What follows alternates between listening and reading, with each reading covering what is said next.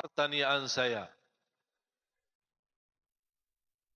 apa arti nuzulul Quran? Bahasa Indonesia ini apa? Turunnya Al-Quran. Kapan turunnya Al-Quran?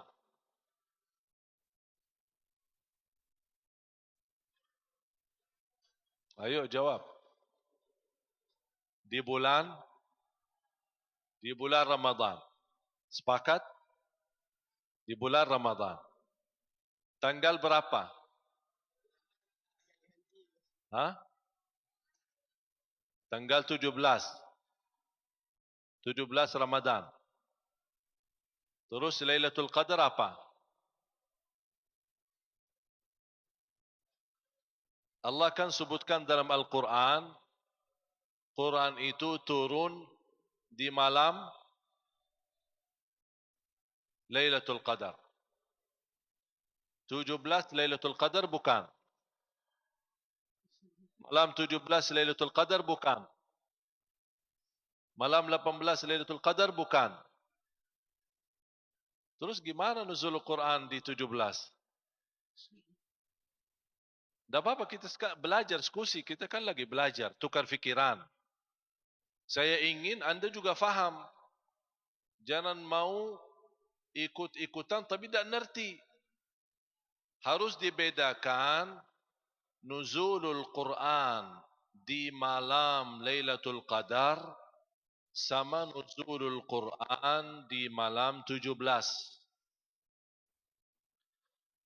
Itu artinya apa? Nuzulul Quran proses. Nuzulul Quran 2 tahap. Ini sekarang ambil ilmunya. Tahap pertama Lailatul Qadar. Turunnya Al-Quran secara keseluruhan. Inna anzalnahu fi Lailatul Qadar. Total 30 juz turun. Turunnya ke mana? Abdullah bin Abbas radhiyallahu anhuma menjelaskan dalam tafsirnya. Kata beliau, turunnya Al-Quran Lailatul Qadar memang betul. Turunnya Al-Quran di malam Lailatul Qadar itu sudah jelas. Inna anzalnahu fi Lailatul Qadar. Lailatul Qadri khairun wa ma adraka ma Lailatul Qadar. Lailatul Qadri khairun min alfi syahr. Kami turunkan Al-Quran secara keseluruhan. Sebagaimana kata Abdullah bin Abbas. Jumlatan wahidah. 30 juz. Dari langit yang ketujuh. Al-Lawhul Mahfuz. Sampai langit dunia. Langit pertama. Di salah satu tempat yang bernama Baitul Izzah. Namanya apa? Baitul Izzah. Dari Baitul Izzah ke bumi bertahap-tahap. Yang sudah disepakati oleh ulama, ittifaqul muslimin, ijma'ul ulama, sudah turunnya ayat yang pertama yang turun kepada Nabi Muhammad, Iqra bismi rabbikal ladzi khalaq. Ini tidak ada khilaf. Semua sepakat. Pertama wahyu yang turun, pertama wahyu yang diterima oleh Rasul, Iqra bismi rabbikal ladzi khalaq. Tapi muncul berbeda pendapat. Kapan turunnya ke bumi? Kalau langit sudah jelas.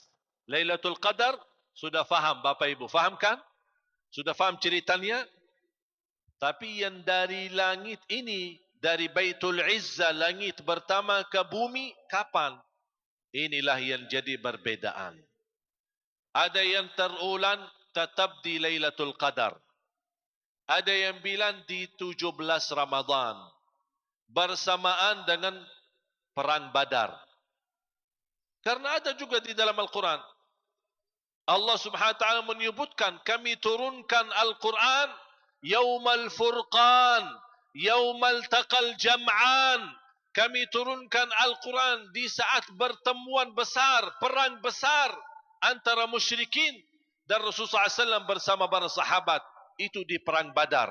Dan perang Badar jatuhnya di tanggal 17 Ramadan. Tapi muncul berbeza pendapat antara ulama hari atau malam turunnya Al-Quran dari langit ke bumi. Ada yang bilang Rabiul Awal, ada yang bilang Rajab, ada yang bilang 17 Ramadan, ada yang bilang di Lailatul Qadar.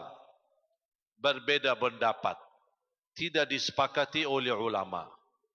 Berarti kalau ada yang memperingati kumpul majlis ta'lim seperti ini untuk mempelajari sejarah nuzulul Quran, tidak salah kalau dia ikuti 17 Ramadan, karena sudah ada dasar ulama menjalankan.